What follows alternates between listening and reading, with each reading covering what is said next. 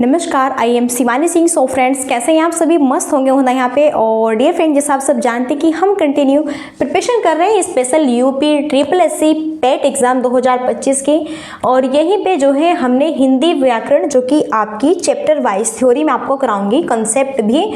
Okay, सो यहाँ पे ये जो है वर्णमाला थ्योरी प्लस यहाँ पे 30 क्वेश्चंस रहेंगे। और क्लास यहाँ पे सेकंड है बाय शिवानी सिंह, मेरे द्वारा ही कंटिन्यू सेशन यहाँ पे आपको कराया जा रहा है। ओके, और डियर फ्रेंड्स, फर्स्ट क्लास हमारी थी मुहावरे की और प्लेलिस्ट बनी हुई है, चेकआउट कीजिए और सारी वीडियो को आप वॉच कर सकते हैं। और ये जो है आज आपकी सेकेंड क्लास है, बहुत ही बेहतरीन सेशन है और आप सबके लिए गुड न्यूज़ है। देखो, अगर आपको बिल्कुल फ्री में PDF चाहिए, यह सब चीज़ आपको टाइपिंग नहीं करनी है, ओनली आपको बस यहाँ पे क्या करना है, पढ़नी है, मेहनत करनी है ओनली दिन रात। ठीक है, तो फ्री में आपको ये है यहाँ पे PDF प्रोवाइड हो जाएगी। ये हमारा व्हाट्सएप नंबर है 7505890761। ठीक है, आप ग्रुप में ऐड हो सकते हैं। यहाँ पे आपको ऑल सभी PDF जो है प्रोवाइड कर दी जाएगी। आप मुझे मैसेज कर सकते हैं, मैं आपको ग्रुप में ऐड कर दूंगी।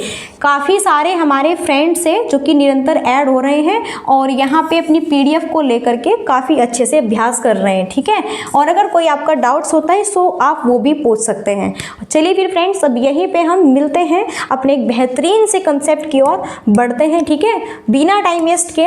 और यहाँ से काफ़ी बेहतरीन आपके क्वेश्चन बनते हैं जो कि बहुत बेसिक भी है, बहुत बेसिक भी है। ये चीज़ हमें पढ़नी भी चाहिए यहाँ पे।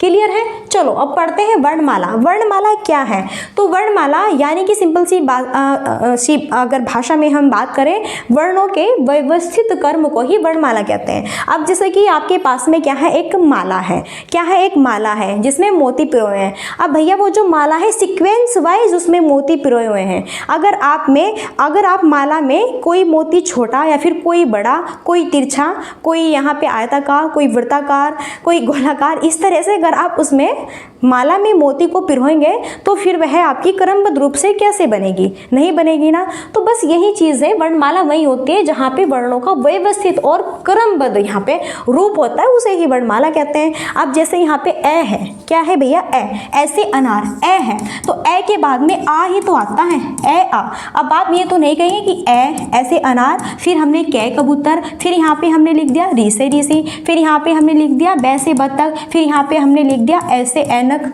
तो बताइए क्या ये क्रमबद्ध रूप है? नहीं ना, बिल्कुल नहीं है। क्रमबद्ध रूप है ए आ छोटी बड़ी छोटाऊ बड़ाऊ री ए ऐ ओ औ अंग एह, ये हमारे क्रमबद्ध रूप हैं। और फिर हमारे सारे व्यंजन यहाँ पे कैसे और मैं तक। ठीक है, यानी कि कहे हम ए से लेके अज्ञे ज्ञानी तक, यह सारी चीज़ें हमारी क्या है, एक वर्णों का व्यवस्थित क्रमबद्ध रूप है। जैसे एक छोटे बालक का जन्म होता है, तो जन्म के बाद में वह किस अवस्था में आता है? शेषावस्था में आता है। किस अवस्था में आता है? वह बालक शेषावस्था में आता है। ओके, अब ये तो नहीं कि बालक जन्म होते ही आपका एडोलेसेंस अवस्था में जाएगा या फिर चाइल्डहुड में जाएगा। नो, ऐसा थोड़े ना होता है भैया। पहले स्टार्टिंग यहाँ पे क्रमबद्ध रूप से उसका विकास होगा, तो ऐसे ही यहाँ पे इस चीज को दर्शाया जाता है। अब वर्ण है, यहाँ पे बात करते हैं वर्ण अक्षर, जिसके टुकड़े नहीं किए जा सकते उसे ही हम वर्ण कहते हैं। अब जैसे मैंने लिखा यहाँ पे ए, ये क्या है भाई? ये है एक वर्ण है। क्या आप इसके टुकड़े कर सकते हैं? बताओ मुझे। आप इस ए शब्द यहाँ पे ए जो ये वर्ण है, आप इसका टुकड़ा कैसे करेंगे? बताइए मुझे, बताओ जरा मुझे, आप इसका टुकड़ा कैसे करेंगे? तो यही वर्ण है, ये एक अक्षर भी है जिसके टुकड़े नहीं किए जा सकते, उसे ही वर्ण या अक्षर कहते हैं। क्लियर? चलिए, कोई डाउट्स नहीं होना चाहिए। अब पढ़ते हैं भाषा की इकाई। यहाँ से भी 1-2 क्वेश्चन आपका बन सकता है। ओके, भाषा की इकाई। चलिए, भाषा की सबसे छोटी इकाई है वर्ण या ध्वनि। देखो, यहाँ से बेसिक से क्वेश्चन ये बनते हैं कि भैया भाषा की सबसे छोटी इकाई है वर्ण या, देखो सबसे छोटी इकाई तो है ही वर्ण। सबसे छोटी है कि नहीं? इसका कोई टुकड़ा भी नहीं है, ना कोई इसका अर्थ मीनिंग कुछ नहीं है। बिल्कुल, यहाँ पे एक वर्ण है। क्या है? एक वर्ण है और ध्वनि। तो भाषा की सबसे छोटी इकाई वर्ण या ध्वनि दोनों हो सकती है। अगर ऑप्शन में वर्ण हुआ तो वर्ण है, ध्वनि है तो ध्वनि है, वर्ण नहीं है तो इस वजह से। ओके, अब भाषा की सबसे छोटी सार्थक इकाई। सार्थक का मतलब है जिसका कुछ अर्थ होना चाहिए। सार्थक का मतलब होता है जिसका कुछ अर्थ होता है, जिसका कुछ मीनिंग होता है, वह होता है आपका सार्थक। ठीक है, तो यहाँ पर है शब्द। जैसे मैंने यहाँ पे लिखे वर्ण ध्वनि, जैसे मैंने यहाँ पे लिखे कै, मैं, ले, अलग अलग यहाँ पे ये वर्ण है। मैंने लिखा कै मैं ले, अलग अलग मैंने ये वर्ण लिखे, ये अलग अलग अक्षर लिखे। अब अगर यहाँ पे एक शब्द बनाऊं, इनको जोड़ दूं, कै मैं और ले, इन तीनों को यहाँ पे मैं जोड़ के लिखूं कमल, तो बताइए एक शब्द है कि नहीं। और कमल, भैया कमल जो कि आपका कमल कहाँ पे खिलता है, कमल आपका कहाँ पे खिल रहा है, पानी में खिलता है। खिलता है कि नहीं खिलता है, बताइए।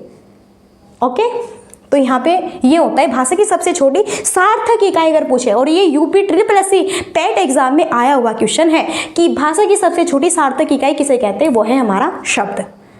तो ये कंसेप्ट आपको याद रखना है, ठीक है। और भाषा की सबसे छोटी इकाई अगर पूछे तो वर्ण और ध्वनि है, और सार्थक इसका कोई अर्थ होता है, जैसे मैंने यहाँ पे कहा कमल, अर्थ है भाई कमल कहाँ पे खिलता है, बिल्कुल पता है, ठीक है, क्लियर है, कोई डाउट्स होना नहीं चाहिए। आगे बढ़ते हैं नेक्स्ट। अब पढ़ेंगे वर्ण के भेद। तो वर्ण के भेद ये आपके दो तरह के होते हैं, एक आपका स्वर है और एक व्यंजन है। बिल्कुल सिंपली सी वही, अगर हम किताबी भाषा, ठीक है, किताबी परिभाषा को अगर हम यहाँ पे इंडिकेट करते हैं तो वही रहती है कि स्वर वॉवेल्स उन ध्वनियों को कहते हैं जो बिना किसी अन्य वर्णों की सहायता से उच्चारित किए जाते हैं। और अगर मैं अपनी भाषा में आपको बताऊं तो स्वर वह होता है जो कि भैया खुद अपने आप में इंडिपेंडेंट क्या होता है, इंडिपेंडेंस होता है, खुद स्वतंत्र होता है, इसे किसी की भी हेल्प की ज़रूरत नहीं होती। इसे यह है कि भैया मैं अपना कार्य खुद कर लूँगा, मुझे किसी की हेल्प नहीं चाहिए।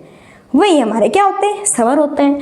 अब यहाँ पे हम व्यंजन की बात करते हैं, तो जिन वर्णों को बोलने के लिए स्वर की सहायता ली जाती है उन्हें क्या कहते हैं, व्यंजन कहते हैं। अब व्यंजन ये कहते हैं कि ना भैया ना, मुझसे अकेले कार्य नहीं होगा, मुझे तो हेल्प लेनी ही पड़ेगी। तो भैया स्वर कहते हैं कोई बात नहीं भाई, हम हेल्प के लिए है ना, हम तुम्हारी हेल्प करेंगे। और क्या, जैसे मैंने यहाँ पे लिखा कै, तो कै में क्या है, कै में क्या है, कै मैंने लिखा कै में है आपका ए स्वर, क्या है, कै में है ए स्वर। स्वर ने कहा बेटा तुम चिंता मत करो, हम तुम्हारी हेल्प करेंगे। क्या कहा भैया, स्वर ने कहा व्यंजन को बेटा तुम चिंता मत करो, मैं हूं ना, मैं तुम्हारी हेल्प करूंगा। व्यंजन कहते हैं ठीक है भैया, बहुत अच्छी बात है, आप मेरी हेल्प कर रहे हैं, लेकिन स्वर ये कहते हैं कि भाई मुझे किसी की हेल्प की ज़रूरत नहीं है, मैं किसी की हेल्प नहीं लूँगा, मैं स्वयं अपना कार्य करूँगा। तो व्यंजन कहते हैं ठीक है भैया तुम अपना स्वयं कार्य करो। तो इस तरह पढ़ो, पढ़ाई को एक इंटरेस्ट रूप बनाओ जिससे कि आपको भी मजा आए, ठीक है। अब पढ़ते हैं स्वर कितने हैं और व्यंजन कितने हैं। चलिए स्क्रीन पर आपके सामने यहाँ पे इधर इस साइड में भी कुछ चित्र के भी थ्रू मैंने लिखा हुआ है एंड वैसे भी। तो इसकी हमने डेफिनेशन तो देखी है। तो भाई अगर बात करें हिंदी में कितने स्वर हैं, हिंदी में स्वर कितने हैं, तो यहाँ पे हिंदी में स्वरों की संख्या है 11, ठीक है। बहुत बेसिक सा क्वेश्चन है लेकिन इंपॉर्टेंट है। 11 कौन कौन से हैं, ए आ ई ऐ उ औ री ए ऐ ओ औ, ठीक है। ए ऐसे अनार, इस तरह पढ़ाते हैं ना बच्चों को, ऐसे अनार, आ से आम, छोटी से इमली, बड़ी से ईंख, छोटाओ से उल्लू, बड़ाओ से ऊन, री से ऋषि, ए से एडी, ऐ से ऐनक, औ से ओखली, औ से औरत। पढ़ाते हैं कि नहीं पढ़ाते हैं इस तरह, ठीक है। जब आप यहाँ पे टीचर बन जाएंगे तब आप ऐसे ही पढ़ाएंगे बच्चों को, क्लियर है। तो यहाँ पे स्वर है कितने होते हैं, 11 होते हैं। कौन कौन से होते हैं आप इन्हें याद रखें। चलिए अब हमने इनकी तो बात की है स्वर की। अब हम अगर व्यंजन की बात करें तो व्यंजन आपके स्पर्श व्यंजन 25 होते हैं। व्यंजन में काफ़ी आपके प्रकार होते हैं व्यंजन के, जैसे कि स्पर्श व्यंजन होते हैं 25 होते हैं, अंतस्थ व्यंजन होते हैं 4 होते हैं, उस व्यंजन होते हैं 4 होते हैं, संयुक्त व्यंजन भी 4 होते हैं। ऐसे अब हम पढ़ेंगे स्वरों के प्रकार, कौन कौन से हैं कौन कौन से नहीं हैं। तो यहाँ पे स्वर कुछ ऐसे होते हैं कि उच्चारण के आधार पर, जिह्वा के आधार पर, जीभ के आधार पर, मुख के आधार पर। ओके, ये थोड़े बेसिक से यहाँ पे होते हैं, इसलिए ये आपको पढ़ने होते हैं, तो घबराना नहीं है। यहाँ पे हम सारी चीज़ पढ़ेंगे, घबराना यहाँ पे नहीं है। ओके, चलो अब हम पढ़ेंगे स्वरों के प्रकार। तो अगर हम बात करें उच्चारण के आधार पर स्वर कितने प्रकार के होते हैं भैया, 3 प्रकार के होते हैं। उच्चारण के आधार पर स्वर 3 प्रकार के होते हैं। क्या बात है, कौन कौन से होते हैं भैया 3 प्रकार के, हमें बताइए। तो स्पेशली आप इन्हें पढ़ते हुए भी आ रहे हैं और यहाँ से क्वेश्चन न बने ऐसा आपका बिल्कुल हरगिज नहीं हो सकता। एक है ह्रस्व स्वर, फिर है दीर्घ स्वर, फिर है प्लुत स्वर। फर्स्ट है, सेकंड है और थर्ड है, ठीक है।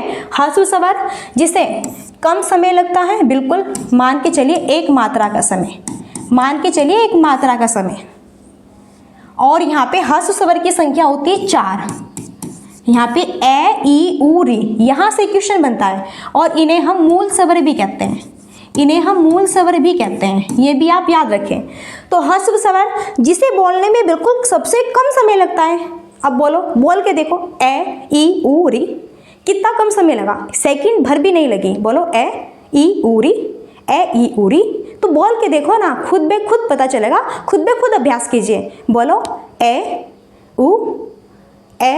ई उ री, कितना कम समय, यानी कि एक मात्रा का समय ही लग रहा है यहाँ पे। तो ह्रस्व स्वर को बोलते समय एक मात्रा का समय लगता है और इनकी संख्या 4 होती है, ए ई उ री, याद रखें। फिर है दीर्घ स्वर, ये ह्रस्व स्वर से 2 गुना का समय लेते हैं, यानी कि यहाँ पे अगर बात करें, इसे बोलने में 2 मात्रा का समय लगता है। कितना भैया? 2 मात्रा का समय लगता है। जैसे यहाँ पे है आपका आ, ई, उ, ए, ऐ, ओ, औ, और इनकी संख्या होती है 7। इसको भी आप याद रखें, इनकी संख्या कितनी होती है? 7 होती है, इसको भी आप याद रखें। फिर है पुलुस स्वर, पुलुस स्वर यहाँ पे ह्रस्व स्वर से 3 गुना का समय लेते हैं, इसे हम कहते हैं क्या? त्रिगुणा। तो जिनको बोलने में 3 गुना समय लगता है वो हमारे हैं पुलुस स्वर। जैसे बाप रे, रे मोहिना, रोना इत्यादि। क्या बात है। यहाँ पे अगर मैं इसका एक एग्जाम्पल बताऊँ, इसका एग्जाम्पल होता है आपका, जैसे यहाँ पे ओम, हम बोले ओम, ठीक है, तो पुलुस स्वर है यहाँ पे देखो। इसका मीन्स होता है कि कोई बंदा है जो कि हमसे काफ़ी दूर है, कोई बंदा है जो हमसे काफ़ी दूर है और भैया हमें उसे आवाज़ लगानी है, तो हम कैसे चिल्लाते हैं ना, गला फाड़ते हैं, कैसे बुलाते हैं? तो यही कहा रहे, यहीं पे बोल रहे हैं रे मोहन, मानो हमें मोहन को आवाज़ लगानी है तो हम क्या कह रहे हैं? रे मोहन। तो कितना टाइम लग रहा है? 3 गुना टाइम। रे मोहन, क्या कह रहे हैं? हे राम, उसे बुला रहे हैं, राम भैया सुनो, तो देखो कितना टाइम लग रहा है कि नहीं लग रहा है? तो यही आपका पुलुस स्वर। जैसे हम बोलते हैं ओम, ठीक है, काफ़ी लंबी ध्वनि होती है उसकी, काफ़ी देर तक उसे बोलते हैं, उसका उच्चारण करते हैं, ठीक है, तो वह भी आपके पुलुस स्वर में ही आएगा। सारी चीज़ें क्लियर हैं, डाउट्स नहीं होना चाहिए। यहाँ से क्वेश्चन बनता है ह्रस्व स्वर की संख्या कितनी होती है? 4 होती है। दीर्घ स्वर की संख्या कितनी होती है? 7 होती है। यहाँ से पूछा जाएगा आ क्या है, ई क्या है, ऊ क्या है, ए क्या है, ऐ क्या है, ओ क्या है, औ क्या है, दीर्घ स्वर कौन सा है, इसमें पुलुस स्वर कौन सा है, ह्रस्व स्वर कौन सा है, फिर कंफ्यूज नहीं होना है। एग्जाम में इतना बेसिक क्वेश्चन आते हैं कि हम उसमें कंफ्यूज हो जाते हैं। क्यों होते हैं? प्रैक्टिस, अभ्यास नहीं होता, इस वजह से। अब यहाँ पे है जीभ के आधार पर स्वर के प्रकार, और जीभ के आधार पर स्वर के प्रकार होते हैं 3 टाइप्स के। सो यहाँ पे है अग्र स्वर, मध्य स्वर और पश्चात स्वर। क्या बात है, ये भी बेहतरीन, एकदम मस्त है। देखो अग्र स्वर, मध्य स्वर और पश्चात स्वर, इनके नाम से ही थोड़ा सा माइंड में यह चीज़ें कंफर्म हो जाती है कि अग्र स्वर का मतलब होता है आगे। अब जैसे कि ये हमारी जीभ है, टंग है, तो यानी कि आगे का हिस्सा, माउथ का आगे का हिस्सा अग्र स्वर। मध्य स्वर मिडल, बोलते वक्त मुंह का बीच का हिस्सा। पश्चात स्वर बोलते हुए मुंह का पीछे का हिस्सा, सबसे लास्ट का हिस्सा। ओके, तो अग्र स्वर में कौन कौन सा है? अग्र स्वर ई, ऐ, ए, ऐ, जैसे मैंने बोला ई, ऐ। और अग्र स्वर वे हैं जिन्हें बोलने में बहुत कम समय लगता है, बहुत कम टाइमिंग। देखो बोलो ई, ऐ, ए, ऐ। तो आगे का भाग, आगे का जीभ का, मुंह का आगे का भाग ही एक्टिव है। फिर मध्य स्वर बोलो ए, बोलो ए, तो कहाँ से निकल रही है वॉइस, ध्वनि कहाँ से उच्चारित हो रही है? मध्य से। फिर बोलो पश्चात स्वर, पीछे से आएंगे आ, उ, औ, ओ, औ। क्लियर है? तो इस तरह भैया बोल के देखो, अपने आप खुद बे खुद हो रहे हैं यहाँ पे क्लियर। इसमें सबसे ज़्यादा समय लगता है बोलते वक्त, और इसमें इससे ज़्यादा लगता है, इसमें कम लगता है, बस। और क्या, खुद बे खुद बोल के देखो, किताबी डेफिनेशन को एक तरफ रखो, खुद बे खुद बोल के देखो, किताबी डेफिनेशन को एक साइड में रखो, तो अपने आप ऐसे यूँ चुटकियों में सॉल्व होंगे। और यहाँ से क्वेश्चन यही बनता है कि मध्य स्वर कौन सा है, अग्र स्वर कौन कौन से हैं, पश्चात स्वर कौन कौन से हैं। और अगर याद नहीं है तो वही, फिर याद नहीं है तो फिर वही होता है रोना धोना, और अगर याद है तो एकदम ऐसे यूं चुटकियों में सॉल्व करते हैं। ठीक है, चलो अब है यहाँ पे मुख्य द्वार के खुलने के आधार पर स्वरों के भेद, और मुख्य द्वार के खुलने के आधार पर स्वरों के भेद है 4। ये भी याद रखना है जो ये पढ़ा रही हूँ। यहाँ से भी पूछा जा सकता है कि मुख्य द्वार के खुलने के आधार पर स्वर के कितने भेद होते हैं, कितने प्रकार होते हैं, 4 होते हैं। उच्चारण के आधार पर कितने होते हैं, 3 होते हैं। जीभ के आधार पर कितने होते हैं, 3 होते हैं। तो ये पॉइंट्स भी आपको याद रखना है। अब यहाँ पे मुख्य द्वार के खुलने के आधार पर कितने होते हैं, 4 होते हैं। संवर्त है, अर्धसंवर्त है, विवर्त है, अर्धविवर्त है। संवर्त जिसे बोलते वक्त बहुत कम समय लगता है, अर्धसंवर्त इससे थोड़ा ज़्यादा समय लगता है, अब विवर्त में इससे थोड़ा ज़्यादा लगेगा, और यहाँ पर भैया सबसे ज़्यादा लगेगा, यहाँ पर भैया सबसे ज़्यादा लगेगा। ठीक है, तो इस तरह से होता है संवर्त। बोल के देखो, ई ऐ ऊ औ, बहुत जल्दी बोल लिए। अर्धसंवर्त है, ए ओ है। विवर्त में है आ, विवर्त आ। अर्धविवर्त ए ए। हाँ, सबसे ज़्यादा लगेगा विवर्त को, सबसे ज़्यादा लगेगा यहाँ पे विवर्त को, इसको भी नहीं, सबसे ज़्यादा लगेगा यहाँ पे विवर्त को। बोलो आ, बोलो आ, बोलो आ। बोल के देखो स्वम, खुद में खुद प्रैक्टिस होती है। संवर्त, संवर्त, संवर्त स्वर के अंतर्गत कौन से आएंगे, ई ऐ ऊ औ। अर्धसंवर्त के अंतर्गत ए ओ। विवर्त में आ है, अर्धविवर्त में ऐ ए है। पीडीएफ मिल जाएगी प्रैक्टिस के लिए। ठीक है, चलो अब हम बात करते हैं व्यंजन की। देखो स्वर की बात यहाँ पे हमारी फिनिश हो गई है। अब हम बात करते हैं व्यंजन। जिन वर्णों को बोलने के लिए वही डेफिनेशन है, स्वर की हेल्प ली जाती है, तो भैया व्यंजन है। अब व्यंजनों की संख्या हिंदी वर्णमाला में व्यंजनों की संख्या 33 होती है। कितनी होती है, 33 होती है। अब देखो कौन कौन सी होती है, कैसे कैसे, सारी चीज़ें हम पढ़ेंगे। अब यहाँ पे देखो व्यंजन के भेद। सबसे पहले हम पढ़ने वाले हैं स्पर्श व्यंजन, जहाँ से बहुत सारे क्वेश्चन बनते हैं। स्पर्श व्यंजन, इन व्यंजनों के उच्चारण में हवा को मुख के किसी अंग से स्पर्श करके बाहर निकालने की आवश्यकता होती है, तो इन्हें हम क्या कहते हैं, स्पर्श व्यंजन, इन्हें हम कहते हैं स्पर्श व्यंजन। ठीक है, यहाँ पे ये आपके 5 हैं। देखो, कै चे टे ते पे, कै चे टे ते पे, कंठ, तालु, मूर्धा, दंते, ओष्ठे। ओके, यहाँ पे देखो कै वर्ग, चे वर्ग, टे वर्ग और ते वर्ग और पैर वर्ग। यहाँ से बहुत सारे क्वेश्चन बनते हैं। कैसे कैसे, कै वर्ग के अंतर्गत जो भी है, जैसे यहाँ पे कै, खे, गे, घे, डे, तो ये आपका अगर पूछे कि गे बताइए, गे, यहाँ से अगर पूछे कि गे बताइए, इसका उच्चारण कहाँ से हो रहा है, तो इसका उच्चारण हो रहा है कंठ से। फिर यहाँ पे पूछा छह का उच्चारण कहाँ से है, तो तालु से है।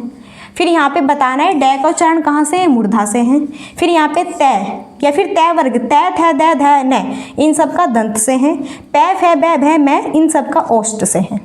इस तरह से यहाँ से बहुत बेसिक से क्वेश्चन बनते हैं।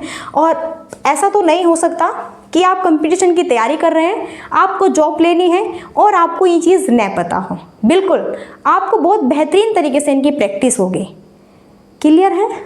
चलिए, तो ये चीज़ आप याद रखें। अब यहाँ से कैसे कैसे क्वेश्चन बनते हैं वो मैंने आपको बता दिया है। यहाँ पर देखो स्पर्श व्यंजन कितने होते हैं। स्पर्श व्यंजन 25 होते हैं। हिंदी वर्णमाला की शुरुआती 25 व्यंजन अर्थात कै से मै तक के व्यंजन स्पर्श व्यंजन कहलाते हैं। अब यहाँ पर भी एक चीज़ और नोट डाउन करें। यहाँ पर देखो, ये जो यहाँ पर 25 है स्पर्श व्यंजन में, जो ये लास्ट वाले वर्ण हैं, ये लास्ट वाला डे, ने, न और मैं, ये जो लास्ट वाले हैं, ओके, इन्हें हम क्या कहते हैं,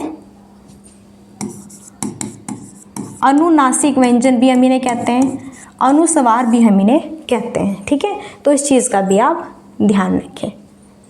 क्यों? क्योंकि इन्हें बोलने में नाक का यूज़ होता है। तो यहाँ पे वही है 25 होते हैं कैसे मैं तक, कैसे लेके और यहाँ मैं तक के, ये सब हमारे स्पर्श व्यंजन होते हैं। चलिए, अब हम पढ़ेंगे अनुनासिक किसे कहते हैं। जिन स्वरों के उच्चारण में मुख के साथ साथ नासिका से भी हवा निकलती है उन्हें हम अनुनासिक कहते हैं। अनुनासिक नाक से बोले जाते हैं। बोल के देखिए, डे, ने, न और मैं, किसका भैया, नाक का भी यूज होता है।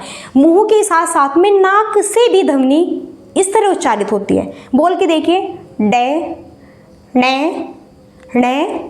ने और मैं। बोल के देखो खुद बे खुद, बोल के देखो खुद बे खुद अभ्यास होगा। बोल के देखिए, खुद अभ्यास होगा। तो जो ये 5 यहाँ पे स्पर्श व्यंजन के लास्ट में हर वर्ग का, प्रत्येक वर्ग का 5वां वर्ण, लास्ट वाला वर्ण, अंतिम वर्ण है, ये सब क्या है यहाँ पे अनुनासिक के अंतर्गत आएंगे। चलिए अब है अयोगवाह। अयोगवाह वे वर्ण जिनकी गिनती ना तो स्वर में होती है और न ही व्यंजन में होती है, उन्हें क्या कहते हैं? अयोगवाह कहते हैं। और यहाँ से मैं लास्ट में क्वेश्चन भी आपको कराऊंगी, तब सारी चीज़ें क्लियर होंगी। अयोगवाह देखो ये होते हैं ए और अंग। ये क्या है? ये विसर्ग है। जो जिस भी शब्द के बाद में ये 2 बिंदी दिखे, ये क्या है? विसर्ग है। ये ज़्यादातर आपके संस्कृत में यूज होते हैं। जैसे मैंने बोला राम है, मैंने बोला राम में है, तो यहाँ पर ये विसर्ग लगा हुआ है इसके पीछे। अब यहाँ पे ये है, मैंने बोला अंगूर, मैंने बोला अंगूर, अंग देखो ये है कि नहीं यहाँ पे बिंदी है ना, तो यही क्या है? ये आपके अयोगवाह। अयोगवाह की संख्या 2 होती है, एक विसर्ग है, और ये यहाँ पे जो बिंदी लगी हुई ये है अनुस्वार। ये क्या है? अनुस्वार, ठीक है। और जो ये वाली बिंदी होती है ये है विसर्ग, और ये जो ये वाली एक बिंदी होती है ऊपर यहाँ पे लगी होती है, ये होती है अनुस्वार। यहाँ पे क्लियर है सारी चीज़ें? कोई डाउट्स नहीं होना चाहिए। ओके, चलिए बढ़ते हैं आगे। नेक्स्ट स्क्रीन पर है, अब हम पढ़ेंगे उत्सिक्त व्यंजन। जिन व्यंजन वर्णों का उच्चारण करते समय जीवा का अग्रभाग नोक एक झटके के साथ नीचे गिरता हो, उनके उत्सिक्त व्यंजन, उन्हें हम क्या कहते हैं? उत्सिक्त व्यंजन कहते हैं। इनकी संख्या 2 होती है, डे और ढे। ये दोनों क्या है? उत्सिक्त व्यंजन है। और क्या होता है? इन्हें पढ़ते वक्त जीभ का आगे का भाग एक झटके के साथ में नीचे गिरता है। बोलो डे ढे, जीभ का आगे का भाग एक झटके के साथ में नीचे गिरता है। तो उत्सिक्त व्यंजन की संख्या होती है 2। कौन कौन से होते हैं? एक डे होता है, एक ये ढे होता है। ये दोनों उत्सिक्त व्यंजन हैं, इस चीज़ का आप ध्यान रखें। अब पढ़ेंगे हम परकंपित व्यंजन किसे कहते हैं। परकंपित व्यंजन किसे कहते हैं? तो जिन व्यंजन वर्णों का उच्चारण करते समय जिह्वा में 2-3 बार कंपन होता है, उन्हें परकंपित व्यंजन कहते हैं। एक भाई परकंपित व्यंजन होता है, यानी कि परकंपित व्यंजन को पार्श्विक व्यंजन भी कहते हैं। एक होता है लुंठित व्यंजन। तो यहाँ से देखो कैसे याद रखना है और किस माध्यम से हम याद रखेंगे, ठीक है। सारी चीज़ें हमारे यहाँ पे क्लियर है। तो लुंठित व्यंजन, इसकी संख्या 1 होती है। लुंठित व्यंजन है रे, पार्श्विक व्यंजन है ले। तो देखो ये 2 होते हैं ना आपके व्यंजन, एक लुंठित और एक पार्श्विक। देखो लुंठित ये ले शब्द से, इसमें ले शब्द आया हुआ है, तो मान के चलिए इसमें ले है तो इसमें रे आएगा, और पार्श्विक में कहीं पर भी आपका रे नहीं है, इसलिए इसमें ले आएगा। इस तरह अपोजिट कर दीजिए, इसका विपरीत कर दो। लुंठित व्यंजन है तो इसमें ले नहीं आएगा, रे आएगा। पार्श्विक व्यंजन है तो इसमें आपका रे नहीं आएगा, ले आएगा। ओके, इस तरह आप इसे याद रख सकते हैं। देखो मैंने तो इसी तरह से याद किया हुआ है इसको, अब बाकी आपके ऊपर डिपेंड है आप किस किस तरह याद करते हैं। अब हम पढ़ेंगे, देखो आपके संयुक्त व्यंजन भी होते हैं और भाई संयुक्त स्वर भी होते हैं, वो मैं बताना भूल गई। देखो संयुक्त जो व्यंजन होते हैं इनकी संख्या 4 होती है। संयुक्त व्यंजन में यहाँ पे श, यहाँ पे देखो यहाँ पे आपका ये त्र होता है, अज्ञ होता है, और ये श्र होता है। श, त्र, अज्ञ और श्र, ये कैसे कैसे किस किस, ये 2-2 वर्ण के योग से बनते हैं। जो श है ये कै प्लस श के योग से बना है। जो ये त्र है ये तय प्लस रै के योग से बना है। जो ये अज्ञ है ये जय और प्लस ज्ञ के योग से बना है। और जो ये श्र है श प्लस रै के योग से बना है। इस तरह से ये है आपके 2-2 वर्ण के योग से बने हुए हैं। तो यही हमारे क्या है संयुक्त व्यंजन होते हैं। और भाई एक हमारा होता है संयुक्त स्वर, ये हमने नहीं पढ़ाया आपको, ये होते हैं संयुक्त स्वर। तो संयुक्त स्वर की भी संख्या 4 होती है। कितनी होती है? संयुक्त स्वर की भी संख्या 4 होती है। इसमें होता है ए, ऐ, ओ और यहाँ पे औ। ये होते हैं आपके क्या भैया यहाँ पे संयुक्त स्वर। इनकी भी संख्या कितनी होती है भाई? 4 होती है, ठीक है। चलो इस तरह से आप सारी चीज़ें याद रखें। अब यहाँ पे देख लो संयुक्त व्यंजन जो मैंने आपको पीछे बताया, इस तरह से यहाँ से क्वेश्चन बनता है। श किसके योग से बना है? कै और श के योग से बना है। तय किसके? तय और रै के योग से बना है। अज्ञ किसके योग से? जय और ज्ञ से बना है। और श्रेय श और रै के योग से बना है। जैसे यहाँ पे है अक्षर, जैसे यहाँ पे है नक्षत्र, जैसे यहाँ पे ज्ञान है, जैसे यहाँ पे श्रवण है, इस तरह से। ओके, चलो सारी चीज़ें क्लियर है। अब हम पढ़ेंगे दंतोष्ठ व्यंजन। तो यहाँ पे देखो दंतोष्ठ से उच्चारित होने वाले व्यंजन है वे। दंतोष्ठ दांत से, वे दंतोष्ठ दांत से, दांत प्लस ओष्ठ दांत का और होठों का यूज होता है। देखो वे बोल के देखो, वे दांत का और होठ का, लिप्स एंड टीथ दोनों का यूज हो रहा है, इसलिए क्या है दंतोष्ठ है। एक होता है यहाँ पे ओष्ठ्य व्यंजन, ओष्ठ्य, ये होता है कंठोष्ठ्य, कंठोष्ठ्य, इसमें होता है ओ और औ, ये होते हैं कंठोष्ठ्य। एक होता है कंठतालव्य, इसमें भी दो होते हैं, ये होता है ए और ऐ, ये होते हैं कंठतालव्य। और ये आपका दंतोष्ठ है, इसमें व्या आएगा। ये कंठोष्ठ है ओ औ, और ये कंठतालव्य है, इसमें ए ऐ, इसके अंतर्गत इस तरह से आएंगे। ठीक है, सारी चीज़ें क्लियर है। चलो आगे पढ़ेंगे हम काकल्य व्यंजन। देखो काकल्य व्यंजन ये हम किसे कहते हैं?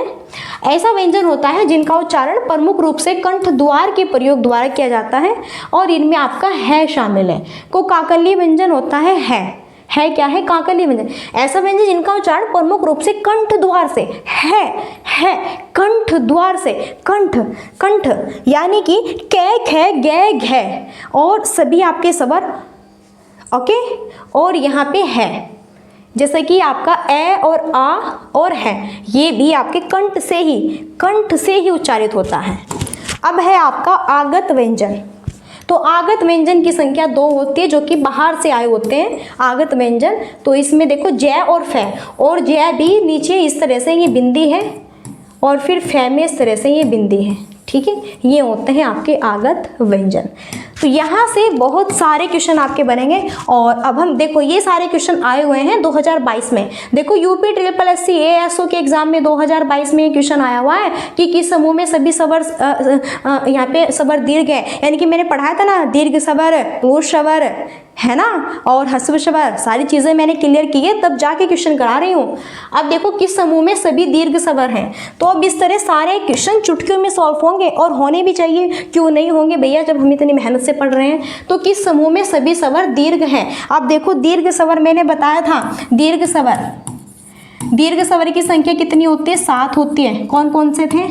आ, ऐ, औ, ए, ऐ, ओ, औ, इस तरह 1 2 3 4 5 6 7। ओके, टोटल इनकी संख्या कितनी है? 7 है। तो यहाँ पे देखो कौन कौन से हैं। अब यहाँ पे री है, ये तो नहीं होगा, यहाँ पे ए है, ये भी नहीं होगा, यहाँ पर भी ए है। तो यहाँ पे देखो बड़ी ई, ए, ऐ, ओ और औ। ओके, यह है आपका जो समूह है दीर्घ स्वर का है। और दीर्घ स्वर को बोलते वक्त 2 मात्रा का समय लगता है। ओके, कितना समय लगता है? 2 मात्रा का समय लगता है। सारी चीज़ें क्लियर है। चलो ये भी देखो यूपी SSC ASO 2022 में आया हुआ क्वेश्चन है कि समूह के वर्णों का उच्चारण स्थान मूर्धा से होता है। कंठ तालव्य, कंठ तालव दंत मूर्धा, कंठ तालव मूर्धा दंत ओष्ठ्य, ये चीज़ें मैंने पढ़ाई थी ना आपको। तो यहाँ पे बताना है किसका मूर्धा से हुआ है। तो कंठ देखो कै, चे, टे, ते, पे, ये चीज़ याद रखो। तो कंठ तालव मूर्धा, तो यहाँ पे देखो टे, ठे, डे, ढे और ये है। अब इनका यहाँ पे उच्चारण कहाँ से होगा? मूर्धा से होगा। तो यहाँ पे देखो, हाँ यहाँ पे देखो टे टमाटर और ठे टटेरा, यहीं पे जो ये आपका श है और ये री है, इसका भी मूर्धा से ही होता है। ठीक है, ये भी इसका भी मूर्धा से ही होता है। ये श और री और टे और ठे, ये यहाँ पे 2 ये पूछे और यहाँ पे 2 ये पूछे। ठीक है, तो इनका भी कहाँ से होता है? उच्चारण मूर्धा से ही होता है। नेक्स्ट, निम्न में से कै वर्ग का उच्चारण स्थान कौन सा है? दंत, ओष्ठ, कंठ, तालव।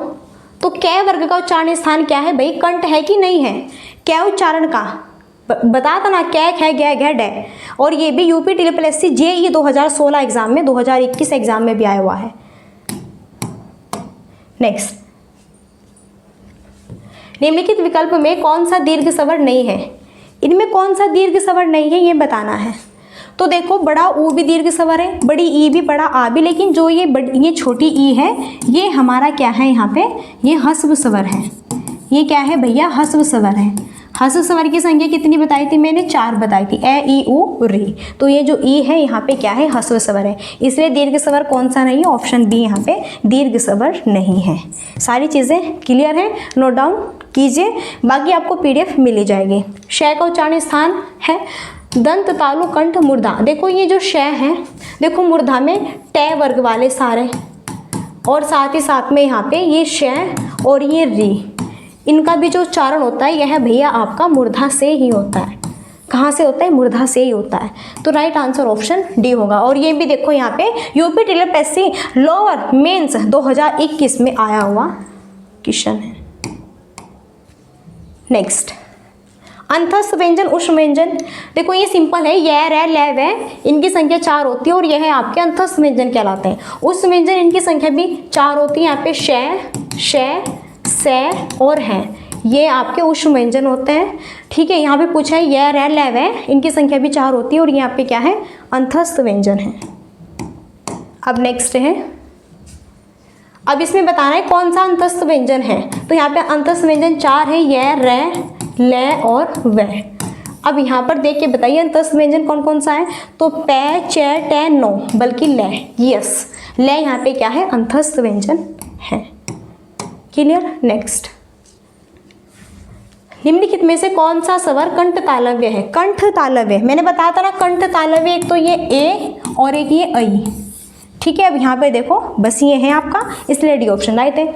और कंठोष्ठ में ओ और औ, ये कंठोष्ठ है, और दंतोष्ठ में केवल और केवल वै। क्लियर। तो इस तरह से यहाँ से हिंदी बड़ी टफ भी है, बड़ी इंटरेस्टेड भी है। ध्यान से पढ़ेंगे, अच्छे से पढ़ेंगे, मेहनत करेंगे तो कुछ भी नहीं है, सिंपल है। अच्छा, अनुस्वार किसका कार्य करता है? विसर्ग, पंचम वर्ण का, चंद बिंदु का, स्वर का।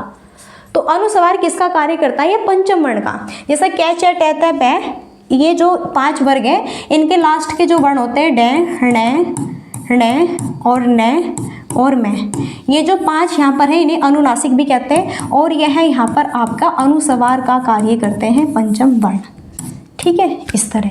तो यहाँ पे राइट आंसर होगा पंचम वर्ण। इन्हें 5 वर्ण भी कहा जाता है, 1 2 3 4 5, इन्हें पंचम वर्ण भी कहते हैं। नेक्स्ट, जिन स्वरों के उच्चारण में हवा नाक से भी निकलती है उन्हें क्या कहते हैं? नाक से भी निकलती है तो उन्हें कहते हैं अनुनासिक। और क्या? देखो नाक से भी, नाक से भी यही तो है डे, और यहाँ पे न और न, और यहाँ पे मैं। इनका जब हम उच्चारण करते हैं तो नाक और मुंह दोनों का यूज होता है। नाक से भी हवा, नाक से भी निकल रही है, न नाक से भी हवा निकलती हुई आपको प्रतीत होगी। ओके। नेक्स्ट, कौन सा संयुक्त स्वर नहीं है? संयुक्त स्वर, देखो संयुक्त स्वर की संख्या 4 होती है, जिसमें कि ए ऐ ओ और क्या है? औ है। यह आपके 4 होते हैं संयुक्त स्वर। तो अब यहाँ पे देखो कौन सा नहीं है भैया? ये भी है, ये भी है, ये भी है, लेकिन ऊ, बड़ा ऊ भैया, ये बड़ा ऊ ये आपका दीर्घ स्वर है। ये क्या है भैया? दीर्घ स्वर है। ठीक है, हमसे पूछा है संयुक्त स्वर, तो संयुक्त स्वर कौन सा नहीं है? ऊ नहीं है, बड़ा ऊ। बताओ, इनकी संख्या तो 4 है टोटल यहाँ पे। क्लियर है? इस तरह बहुत मजा है, बहुत इंटरेस्ट है, काफ़ी बेहतरीन थ्योरी भी, क्वेश्चन भी एकदम मस्त। नेक्स्ट, निम्नलिखित में से कौन सा वर्ण दंते नहीं है? तै ले दै और ये। देखो दंते वर्ण कौन सा नहीं है? तो कै च टे तै पै, यहाँ पे देखो कै च टे तै और पै। कंठ तालव्य दंत, कंठ तालव्य मूर्धा दंत, हाँ ये है दंत। ये तै तरबूज, थे थर्मस, दा दवा, धा धनुष और नै नल, ये पांचों के पांचों वर्ण यहाँ पे क्या है? दंत है। तो भैया यहाँ पे देखो इसमें कौन सा नहीं है? तो तै तरबूज, थे थर्मस, दै दवा, धै धनुष, तो यहाँ पे कौन सा? ये नहीं है।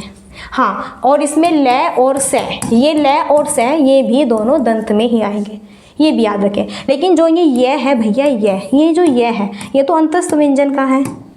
ठीक है। नेक्स्ट, 13 क्वेश्चन है, हिंदी स्वरों का वर्गीकरण जब जीभ के भाग के आधार पर किया जाता है तो इनमें से कौन सा भेद इसके अंतर्गत नहीं आएगा? अग्र स्वर, पश्च स्वर, मध्य स्वर, विवर्त स्वर। तो भैया जीभ के आधार पर 3 प्रकार के यहाँ पे स्वर होते हैं। जीभ के आधार पर 3 प्रकार के स्वर थे, एक तो आगे का स्वर, पीछे का स्वर, मध्य स्वर। विवर्त स्वर ये थोड़ा ही था, ये तो मुख के आधार पर था, इसलिए डी ऑप्शन यही अलग है यहाँ पे। ठीक है, देखो ऐसे क्वेश्चन बनता है। अब बता रहे हैं पार्श्विक धमनी। देखो मैंने दो धमनी बताई थी, एक पार्श्विक धमनी, एक लुंठित धमनी। मैंने इस तरह बताता, याद रखना है। लुंठित ये ले से यूज हो रहा है, तो ये ले, इसमें ले नहीं आएगा, इसमें रै आएगा। लुंठित में रै आएगा और पार्श्विक इसमें रै नहीं है, इसमें ले आएगा। तो बस यहाँ पे क्या होगा, ले होगा, और रै में क्या होगा, आपका पार्श्विक व्यंजन होगा। ओके, तो भैया सॉरी, पार्श्विक व्यंजन ले होगा, लुंठित व्यंजन में रै होगा। तो सही आंसर ऑप्शन सी है। आगे बढ़े नेक्स्ट। ट वर्ग उच्चारण की दृष्टि से किस प्रकार की ध्वनि है ट? देखो कै च ट त प, कै च ट त और प। कंठ तालव्य दंत, कंठ तालव्य मूर्धा दंत औष्ठ। तो कंठ तालव्य यहाँ पे देखो ट वर्ग, कंठ तालव्य मूर्धा दंत औष्ठ, कंठ तालव्य दंत मूर्धा औष्ठ, ठीक है। तो यहाँ पे देखो ट वर्ग की जो यहाँ पे ध्वनि है ये क्या है, और आपने इतना कुछ किया हुआ है, इतना कुछ पढ़ा हुआ है, तो ये आपके लिए होमवर्क रहता है। तो इस क्वेश्चन का आंसर तो भाई आप ही बताएंगे कि यहाँ पे सही आंसर क्या होगा, क्योंकि मैं इतना पढ़ा रही हूँ तो थोड़ा तो आपके भी लिए होमवर्क होना चाहिए, तभी तो आप भी यहाँ पे अभ्यास करेंगे और पढ़ने की कोशिश करेंगे। ओके चलो, अब इसमें बताना है कौन सा दीर्घ स्वर है। आ उ ए ओ दीर्घ स्वर। तो दीर्घ स्वर की संख्या 7 होती है, जिसमें कि आ है, बड़ी ई है, बड़ा ऊ है, ए है, ऐ है, ओ है और भैया औ है। तो ये दीर्घ स्वर है यहाँ पे आपके 7। अब बताना है दीर्घ स्वर कौन सा है। तो ऊ, ए, औ। देखो जो ये ए है ये तो संयुक्त स्वर में आएगा, ये संयुक्त स्वर है, ओ भी संयुक्त स्वर है, और ऊ ये आपका ह्रस्व स्वर है, और आ यहाँ पे क्या है, दीर्घ स्वर है। इस तरह से बहुत इसमें मिस्टेक्स भी होती है। क्यों होती है? क्योंकि जब हमें प्रैक्टिस नहीं होती तब हमें बहुत मिस्टेक भी यहाँ पे होती है, लेकिन अगर हम ध्यान से पढ़ते हैं कुछ मिस्टेक नहीं है। तो च छ जय झय अणय का उच्चारण स्थान है कै च, कंठ तालव्य, तो यह है भैया तालु से।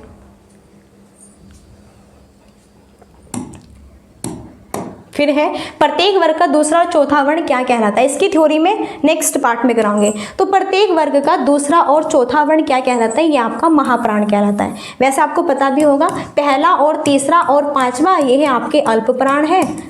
जैसे कि यहाँ पे हमारे 25 ये होते हैं स्पर्श व्यंजन, जिसमें कि कै है और यहाँ पे ग है और यहाँ पे ड है। यहीं पे दूसरा और चौथा है, यहाँ पे ख है और यहाँ पे कै, ख, ग और यहाँ पे घ, ये दोनों हमारे महाप्राण हैं। यानी कि प्रत्येक वर्ग का दूसरा और चौथा वर्ण तो महाप्राण है, और प्रत्येक वर्ग का पहला और तीसरा और पांचवा वर्ण अल्प प्राण है। ये मैं कल कराऊंगी थ्योरी में आपको, अल्प प्राण, महाप्राण, घोष, अघोष, ठीक है। ये कल की क्लास में करेंगे हम। उच्चारण की दृष्टि से संबल ध्वनि का कौन सा वर्गीकरण है, संबल। तो यहाँ पे देखो संबल ये होगा संपृक्त ध्वनि, यानी कि जब दो सेम ध्वनि है और बीच में आधा शब्द होता है, वहाँ पे संपक्त ध्वनि होती है। और युग्मक ध्वनि होती है जहाँ पे 2 बार 2 वर्णों का यूज हुआ है, जैसे बिल्ली तो आधा ला फिर पूरा ला, यानी कि 2 वर्णों का एक साथ यूज हो रहा है, वहाँ पे युग्मक ध्वनि होती है। नेक्स्ट 20 क्वेश्चन, हिंदी भाषा में ह्रस्व स्वर की संख्या कितनी है। तो ह्रस्व स्वर आपका ए है, ई है, ऊ है और यहाँ पे री है। तो मैंने बताया था भैया इनकी संख्या 4 होती है। तो बताओ बाप इनकी संख्या कितनी है, 4 है। तो बस बी ऑप्शन यहाँ पे राइट है। क्लियर? जब हमारा कंसेप्ट क्लियर है ना, फिर सारे क्वेश्चन ऐसे चुटकियों में सॉल्व होते हैं। अब यहीं पे बताना है लिपि चिन्हों के क्रमबद्ध समूह को हमने क्या कहा था भैया, क्रमबद्ध। तो क्रमबद्ध समूह को हम क्या कहते हैं, वर्णमाला कहते हैं। वहीं जैसे एक मोती, उसे एक मोती में हम एक माला है, एक माला में हम मोती पे होते हैं, तो बिल्कुल उसमें सीक्वेंस वाइज और इक्वल मोती होते हैं। अगर कोई छोटा बड़ा वर्ताकार, आयताकार, गोलाकार इस तरह अगर हम उसमें रखेंगे तो भैया माला की जो दिखावटीपन होगा उसका वही फिनिश हो जाएगा। ओके, तो यही चीज़ इसकी होती है। मैंने स्टार्टिंग में बहुत अच्छे से समझाया है आपको। नेक्स्ट,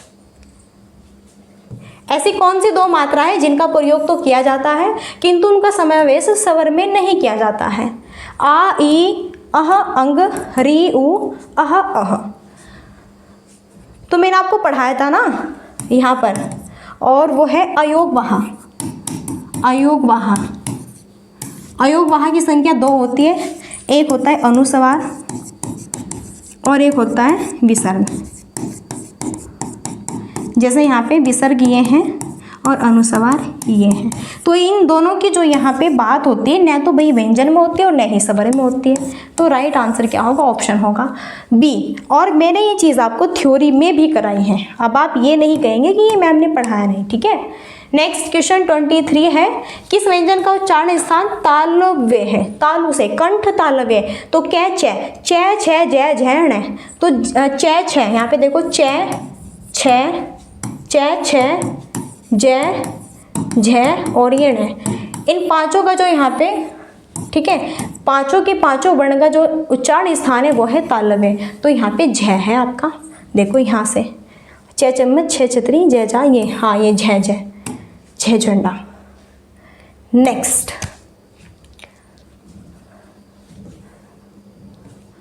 देखो फिर में क्वेश्चन आ गया, जिन ध्वनियों की गणना न स्वर में की जाती है न व्यंजन में, उसे क्या कहते हैं? तो यहाँ पे बस हमसे ये पूछ लिया और वहाँ पे एग्जाम्पल दे दिया था। तो यहाँ पर आपका अयोगवा है, अयोगवा की संख्या 2 होती है, अह और अह, अंग और अ, इस तरह से, ठीक है। चलो देखो यहाँ से क्वेश्चन बनेगा, भाषा की सार्थक लघुत्तम इकाई किसे कहते हैं? तो सार्थक का मतलब जिसका कोई अर्थ होता है। क्या मैल है? कमल, अर्थ है उसका। तो यहाँ पर क्या है? एक शब्द है, एक शब्द जिसका अर्थ होता है। नेक्स्ट है, किस स्वर के उच्चारण में दीर्घ स्वर से भी अधिक समय लगता है? तो दीर्घ स्वर से भी अधिक समय लगता है पुलुत स्वर में। जैसे मैंने कहा हे राम, हे मोहन, मोहन भैया सुनते हो, ठीक है, काफी तेज ध्वनि उच्चारण है। तो यहाँ पर क्या है? पुलुत स्वर है। और सबसे कम समय लगता है ह्रस्व स्वर में।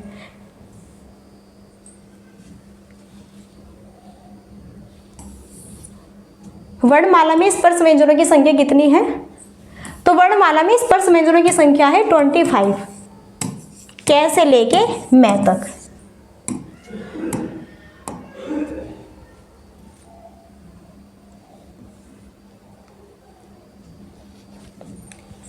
निम्न में दंत वर्ण कौन सा है? से, पै, टे और है। दंत, कंठ तालव्य दंत, कंठ तालव्य दंत मूर्धा ओष्ठ्य, कै चे टे। तो टे ठे डे ढे, तो यहाँ पे टे, ये क्या है? दंत वर्ण में आएगा। और भाई सारी चीज़ें मैंने पढ़ाई हुई है, इसलिए आप सारी चीज़ों को याद रखिए, ठीक है। नेक्स्ट, निम्न में अनुनासिक वर्ण कौन सा है? अनुनासिक, अनुनासिक वर्ण ये लास्ट वाले डे, ने और न और मैं अनुनासिक है। तो यहाँ पर क्या होगा आपका? ये मैं, ये मैं है यहाँ पे, ये वाला मैं, ठीक है, अनुनासिक वर्ण है। ले और से का उच्चारण स्थान होता है ये आपका मूर्धा। और सॉरी ये है आपका यहाँ पे तालव्य, ठीक है। सॉरी दंत, सॉरी दंते होगा ले और से। मूर्धा में तो आपका ये आएगा री और ये श, ठीक है, ये आएंगे। चलिए स्क्रीन पर 30 क्वेश्चन लास्ट था। देन लास्ट क्वेरी वही रहती है, like and share and subscribe की। सो सेशन आपको कैसा लगा? आई होप आपको सेशन अच्छा लगा होगा। मस्त, यहाँ पे बहुत ज़्यादा मेहनत थी। और भैया टाइपिंग करने में बहुत मेहनत लगती है, PDF बनाने में भी, और आपका कंसेप्ट को छांटने के भी, कहाँ पे कैसा किस तरह का कंसेप्ट आपको दिया जाना है, कैसा होना चाहिए कैसा नहीं, क्या क्या चीज़ पढ़ानी है क्या नहीं पढ़ानी है, ऑब्वियसली सारी चीज़ें यहाँ पे कंफर्म हमारी रहती हैं। देन यहाँ पे लास्ट क्वेरी यही है, like and share and subscribe की। सेशन अच्छा लगता है आपको, सारे सेशन इसी तरह से थ्योरी प्लस कंसेप्ट वाइज चाहिए तो आप बिल्कुल सेशन को सब्सक्राइब कर सकते हैं। और यहीं पे हम अपनी वाणी को देते हैं विराम और मिलते हैं नेक्स्ट सेशन में। और तब तक के लिए so thanks for watching, keep study and bye bye, take care, जय हिंद जय भारत, नमस्कार।